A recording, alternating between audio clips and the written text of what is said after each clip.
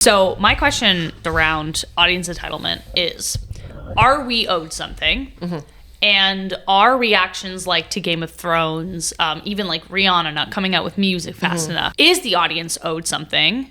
And is that kind of reaction justifiable / appropriate? In researching this podcast, I went the video essay route on YouTube. One of the videos I was watching was talking about that in a way it's kind of both, because as a creator, you own the piece of media that you are creating. Obviously, you are the person who is in charge of putting that out into the world. It is your idea, so you have all the say.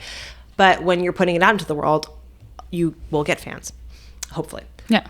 The people who like your show, especially in our day and age when we have social media, will be able to give you feedback on what they like and what they don't. I think it's important as a creator to be able to take feedback to make your show better. You don't get to be really, really successful unless you have people who are watching you.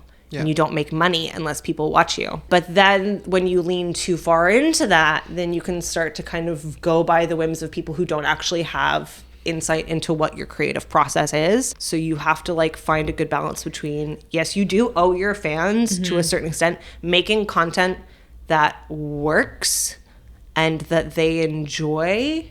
You do kind of have to stick to your creative guns, I think, for the most part.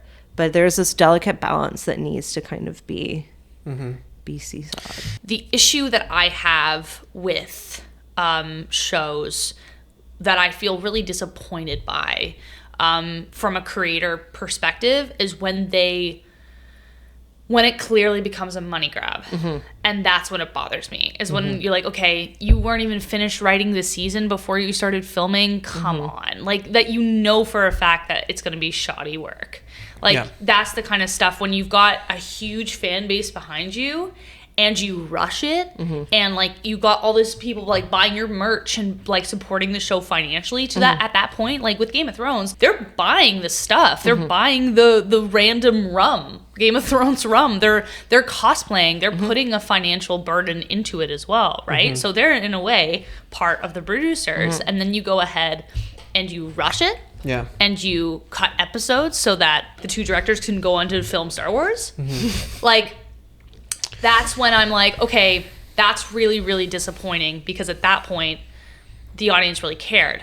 My initial reaction is like, no, fans aren't owed anything. Like, deal with what you get. But I think maybe it depends on like what the definition is of like being owed something, because I think if fans do put in that emotional investment as well as like a financial investment by buying merch or like buying tickets to Comic-Con to meet whatever, like they are, I think, owed at least effort by the creators.